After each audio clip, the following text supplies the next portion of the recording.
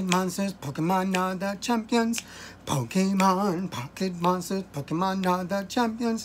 Change into revolving champions to save and defend the world. Pokemon, pocket monsters, Pokemon are the champions. Pokemon, pocket monsters, Pokemon are the champions. Pokemon, pocket monsters, Pokemon. Good evening, ladies and gentlemen. I'm Sammy Ketchum, and welcome back to Sammy Ketchum TCG. Alright, today we are coming back to you with a final deck list for the Pikachu deck that I've been working on for the longest time, aka Black Lightning. Oh yeah, I love that name. That name for this deck is just awesome. But this is going to be the final list before we play in the DC Open on Saturday. I'm going to share my thoughts and my card choices with you guys of what I've been testing and what I've been looking at. Also, right after that, I'm going to do kind of like a meta discussion also about the DC Open.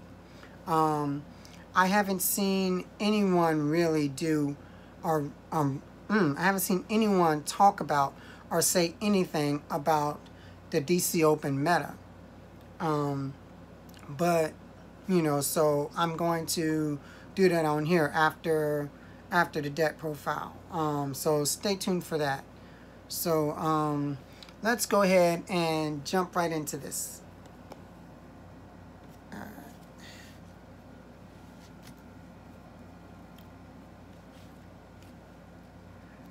We have ourselves 2 copies of Pikachu and Zekrom GX. Now, on one of our recent deck profiles, we actually had 3 Pikachu and Zekrom GX. We cut that down to 2. The reason why we cut that down to 2 is because we have other attackers in the deck that are going to pick up the slack for where we actually had the 3rd one. This deck basically just doesn't solely revolve around Pikachu anymore. So basically what we do now is we basically get out one, set it up, and use the first one to go full blitz into another attacker. And then we have that attacker, you know, kind of like finish things off for us or what have you. You know, so all of Pikachu's attacks are still really good. The full blitz and the tag bolt. Actually the tag bolt, not so much now, because players are taking in Mew, the little baby Mew, into decks to kind of stop. It kind of basically stops Pikachu's GX attack in its tracks. So you really can't use that GX attack anymore. You know, so and without further ado, let's go ahead and jump into our other attacker in the deck. Let's see, let's put that there. 2 copies of Raichu and Alolan Raichu GX. Alright, this is our second attacker. Alright, you use basically Pikachu and Zekrom to power this guy up. Alright. His first attack, Tandem Shock. It basically says if he came from the bench this turn, or if he comes from the bench, you can basically do 80 more damage and paralyze your opponent. So that's 160 damage and you get to paralyze. Paralyzation in this format, the new Worlds format, or the new format going forward, which is Unified Minds on, basically status conditions will basically stick a little bit more, because we no longer have Guzma, you know, we no longer have really that.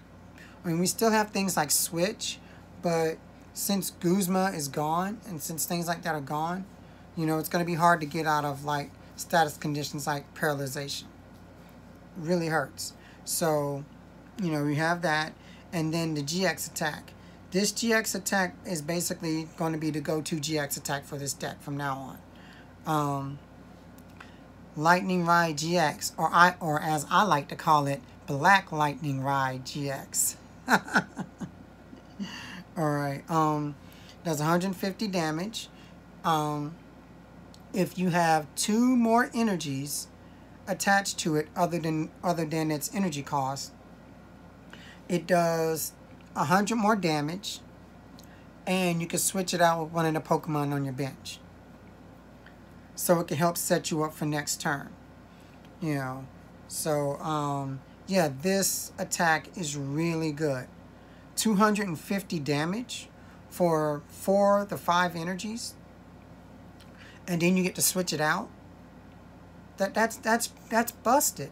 And then if you wanted to hit tag teams, all you have to do is play an Electro Power, and you're hitting 280.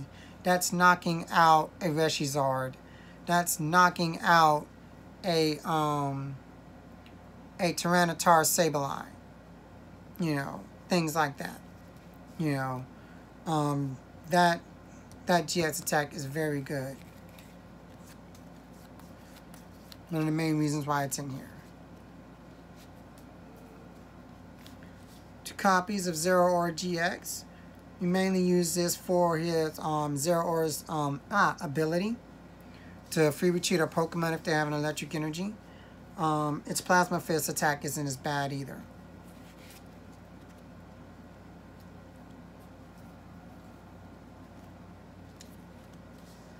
Alright, 3 copies of Dedenne GX. Alright, Dedenne is basically in here for its ability. You play it from your hand, discard your hand, and draw 6. This deck goes through so much draw power, especially with these Dedennes. This is the only deck that could probably get away with playing 3 Dedennes. And the reason being is because this deck has its own search engine with electromagnetic radar, because you can find electric GXs. Most of the Pokemon in this deck are electric GXs. So this deck really takes off with 3 Dedenne. You know, discarding your hand, drawing cards, being able to manipulate that and draw what you need consistently is very good.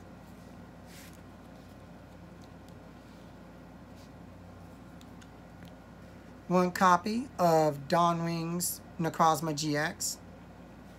It's in here for its ability Invasion. Once during your turn, you can basically switch this card with your active Pokemon. This is very good in your deck, and it works well with Zero Aura, because all you have to do is attach an electric energy to it, and this has free retreat. So what you do is you go Invasion, bring this to the active spot, attach an electric energy to it, and then free retreat it and bring out an attacker. You know, this is good, and it sets up Choo-Choo, Raichu, and Alolan Raichu. It also can help you set up Zapdos for an attack, which is very good. This card can also save you in the mirror match. If your opponent paralyzes your active Pokemon, you can use Dawnwings to get you out of the paralysis, because it can become your active Pokemon. So that's just another reason to have this card in here. It's also good just to switch out your Pokemon. You know, I would rather have one copy of one card in here like this in here than rather take up 2 to 3 spots for a switch. You know, so it saves space.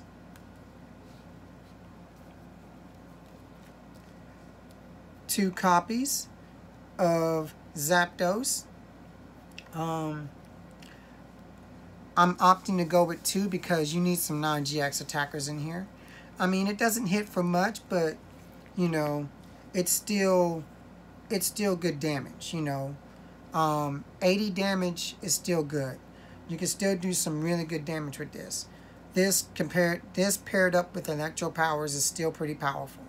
So, you know, having 2 non-GX attackers in here is not bad at all. You know, I mean, sometimes one just isn't enough. Hey, now you got two.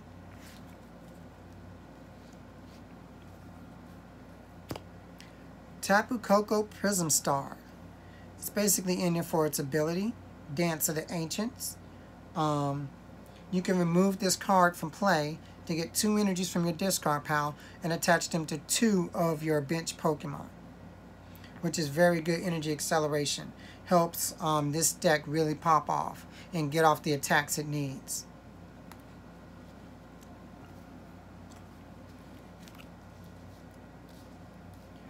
Four copies of Volkner. This basically is going to be our item search engine in the deck and our energy search engine. You know, Volkner can basically search out just about almost everything we need. If we need to find Pokemon, Volkner can search out electromagnetic radar, and I can get electromagnetic, and I can get electric Pokemon with electromagnetic radar. I can search out Stadium Navigation, or Stadium Navi. And Stadium Navi will allow me to get a stadium. So, and I can search out energy.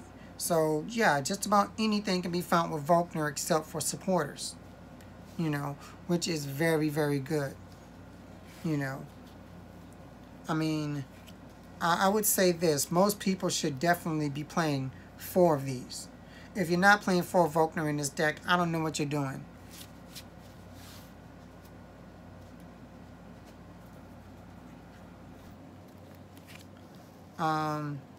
Three copies of Cynthia.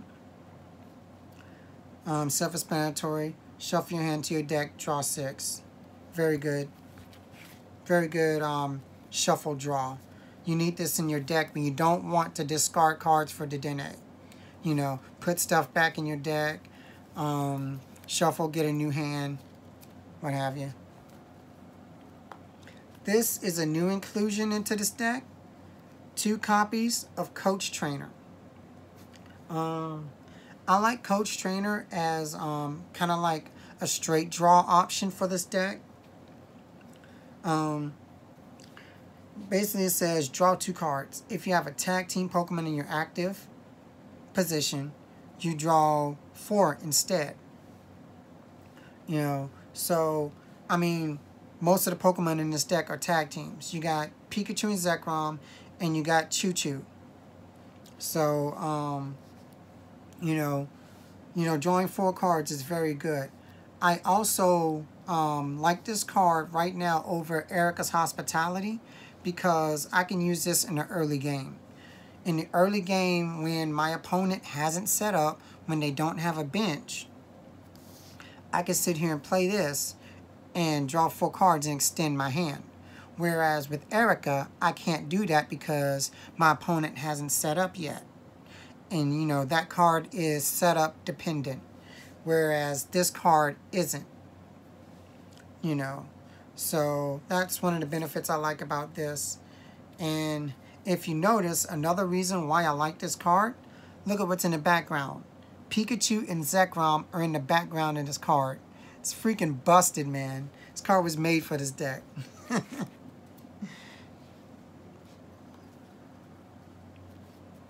Alright.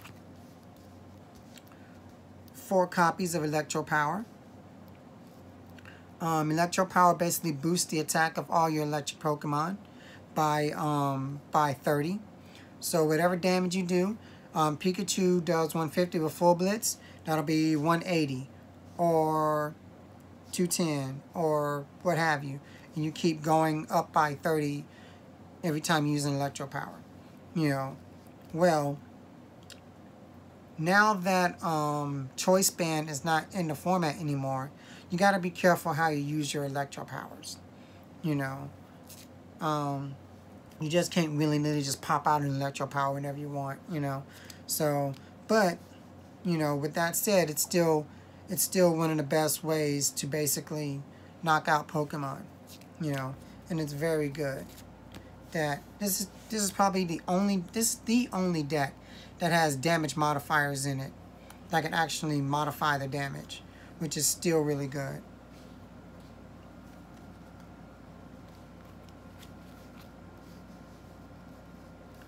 Um,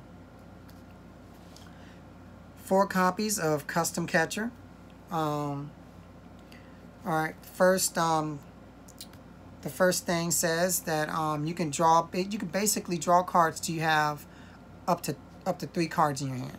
So if you have a low hand, like maybe like 1 card in your hand or 2 cards in your hand, play this, draw till you have 3. And then the second effect says that if you play 2 of them at the same time, you can bring up one of your opponent's Pokemon from the bench, which is very good. Which is the reason why we're using this card. All right, this card can be found with Volkner. So can Electro Power. You know, which is a really great benefit. 3 copies of Electromagnetic Radar. I like going 3 over 4. I think 3 is just enough. I just think 4 is too much. You know, 3 is just enough. You know, to find all your GXs in the deck. You can really pull basically mostly all of them out with just 2. The third one is just there to kind of just, just so we can see it more. You know, like if I was to play 2 and 1 was to get prized, I would only have 1 in the deck. But if I play 3 and 1 gets prized, I still have 2 in the deck I can find my Pokemon with. My GX Pokemon. Which is very good. Helps you find the Denays, things like that.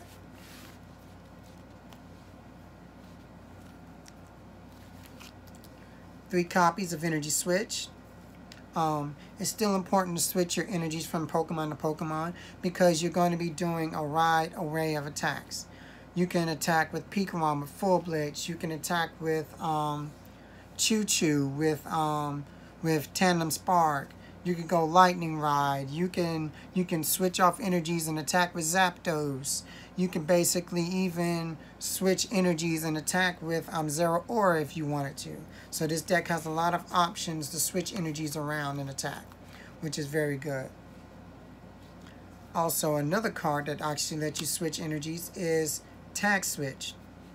Alright, you can take 2 energies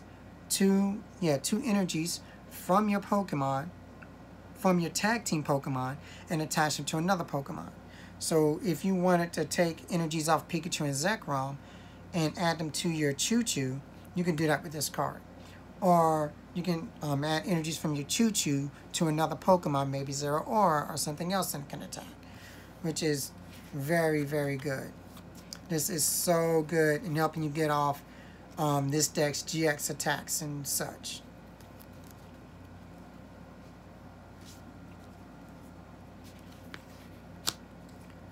Two copies of Stadium Navi. Stadium Navi is very good in this deck because you can basically search out your stadiums. You flip 2 coins. If one of them is heads, search your deck for a stadium card and add it to your hand. This has a 90% chance of hitting heads, at least 1 heads, each time. 90%, you know, which is very, very good. This could be searched out with Volkner. So if you want to find a stadium, boom, Volkner, go get this and an energy, boom. You know, flip 2 coins, 1 is heads, go get your stadium. It is so busted. The reason why I added a second one is so that we could find some of our other stadiums to counter my opponent's other stadiums. Things like Power Plant, Wondrous Labyrinth, anything that basically helps them out. Their Giant Herd, their Viridian Forest that you use to find energies with, so forth and so forth. This is so good. Help find your other stadiums.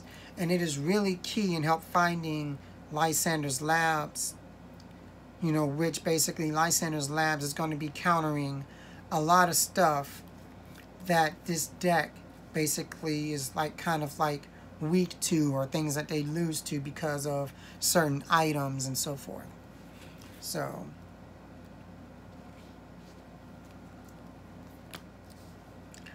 2 copies of Pokemon Communication.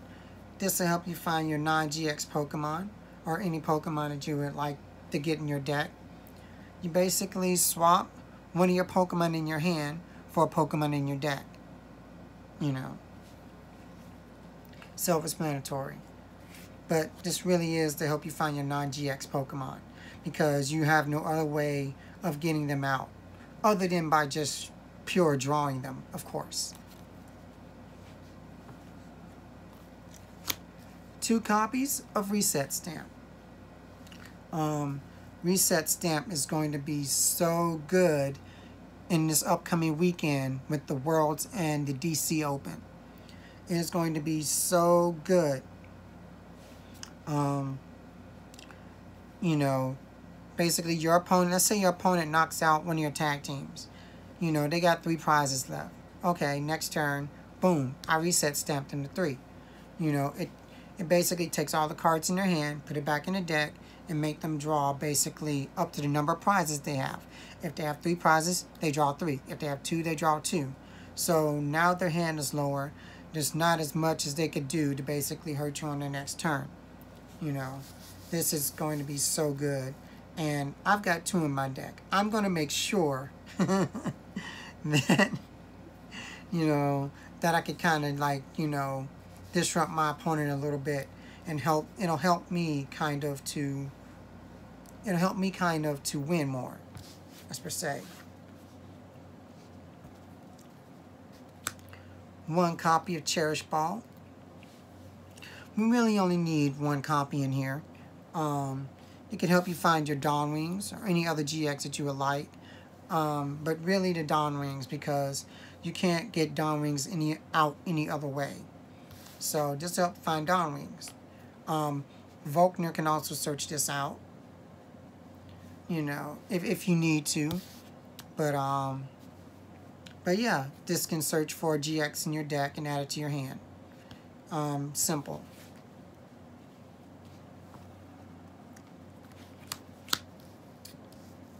Three copies of Lysander's Lab. Alright. Lysander's Labs is very good for stopping your opponent's items. Well, tools. Not items, but tools that are attached to your opponent's Pokemon. Things like spell tags, fairy charms, tools on Shedinja. Just certain things that, certain tools and items that your opponent have, this could basically stop them. This also stops a skateboard on Jirachis. You know, any deck that's basically playing Jirachi and has a skateboard on them, the skateboard won't work. Any deck that's basically playing things like Choice Helmet, this stops Choice Helmet. So, you know, this card is going to be very good. I wanted to include 3, you know. I want to make sure that I'm able to stop their Pokemon tools. Not just their tools, but also their stadiums. This is also a stadium counter. So, you know, if they sit there and have out Power Plant and a tool attached to them, I could play 1 stadium and basically negate their own stadium and their tool at the same time. You know, which is very good.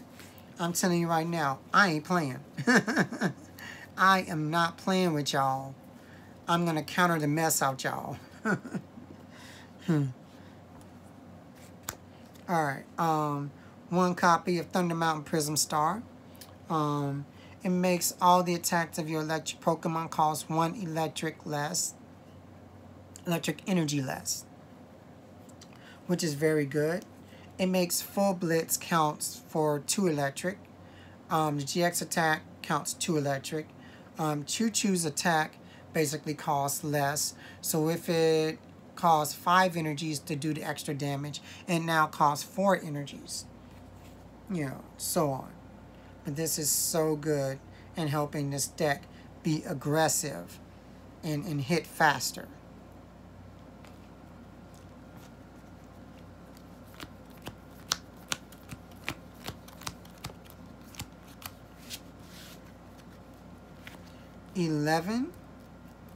copies of electric energy. 11 electric energy for your Pokemon. I actually went down in energy. I usually play 12, but I went down on the energy to make room for better text in my deck. You know, so, you know, 11 is not bad. 12 was really good, but 11 isn't bad at all. You know, you still have a good amount of energy in here to search out, attach with full blitz, put on your Pokemon. So, alright, that is the deck. Oops, one more thing. There are actually some extra cards that may be choices to actually put into this deck. 3 Super Scoop Ups. Alright. These are actually choices that you could put into the deck. If you're getting heavily damaged by any Pokemon, and let's just say they try to 2-shot your Pokemon, you know, you can basically play Super Scoop Up, and if you get heads, that is if you get heads, you get to pick it back up, put it in your hand with all the cards attached to it. The one reason I didn't add this to the main deck yet is because this card is flippy. I mean, I'm not good with flipping for Super Scoop Up like once. I'm not good at that. You know, I would honestly fail, and I would be so enraged if I go Super Scoop Up in a tournament and I flip tails and I really need to pick it up, and I would just be so hurt. So as of right now, this is not in the deck, but that could change. That could change within a day or two because I still have time to submit my deck list. Also, the 12th energy. I always wanted to add the 12th energy back into the deck, but, you know, I mean, it's there if I need it, but if not, then, oh well. Well, alright, that is the deck list. Now let's jump into this discussion about the DC Open. Like I said before, nobody's really talked about the DC Open yet, or what's going to be the meta for that, or what's going to be played for the Open. Now, here's the thing. This may be the reason why nobody's talked about it, because the same format that we're going to have for Worlds is the same format we're going to have for the DC Open, with some exceptions. And here's the exceptions. Alright? We have the same format, but we're going to have those players and those decks from day one that are going to change their decks because some of the stuff in their decks may have not worked, or maybe they changed strategies, or maybe they even changed decks altogether. You know, so we're going to have people from day one who did not make day two jump into the Open and possibly change text in their decks or change their decks and so forth. So we're going to have that. You know, we're also going to have players who are basically just going to play the World's meta, World's day one meta. You know what I'm saying? So there's that. There's also people that are going to be playing meme decks. Decks that are fun, decks that are trolly, you know, just to basically troll people and to basically get a win and get a rise, whatever. We're going to have those people because this is the Open. The Open is going to be a little bit different than Worlds. You know what I'm saying? You're going to have people coming in playing for fun, people playing seriously, people wanting to get points. It's basically going to be a really, really big, just wild go fest, you know. So we're going to have that. We are going to see basically you're going to see the top decks. You're going to see Pikarom. You're going to see Green's Reshi. You're going to see Bacephalon. You're going to see Giratina, Garchomp, Malamar. You're going to see the best decks. And you're going to see those best decks that are, you know, teched out. Or, you know, you're going to see those decks in full. Not just those decks, but, you know, other decks as well. You may see Gardevoir Sylveon. You may see Shed Ninja. You may see the other Malamar decks. You know, you're going to see wildcard decks. So it is going to be a full-on fest. Honestly, I think this meta is going to be harder than the World's Day 1 meta. You know what I'm saying? Just for the simple fact is that like people who didn't play in Day 1 and are playing in the open have to walk in, you know, to all of that. We have to walk into a format where, you know, not just the top decks are playing, but just like everything is being played. You don't know what you could be playing in the next round. You know what I'm saying? You may be playing a mirror match, or you may not. You may be playing against a World's Meta deck, or you may be playing against Rogue. You know what I'm saying?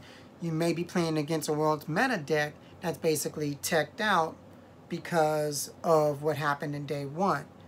You know. Yeah, I mean, this DC Open is going to be big. It is literally the biggest Pokemon tournament ever